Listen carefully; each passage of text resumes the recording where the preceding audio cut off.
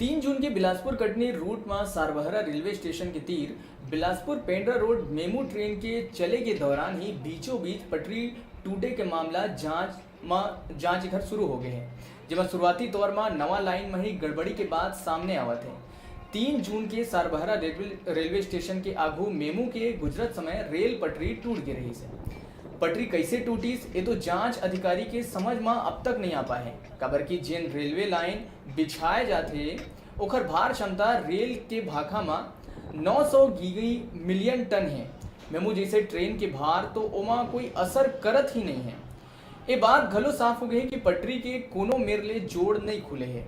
पटरी टूट के अलग हो है, जो कि आमतौर में नहीं हुआ है, पर ये हादसा में पटरी के ही गड़बड़ी माने जाते, जेकर चलते अब पटरी के टुकड़ा जांच बर आरडीएसओ लखनऊ भेजे जाते हैं।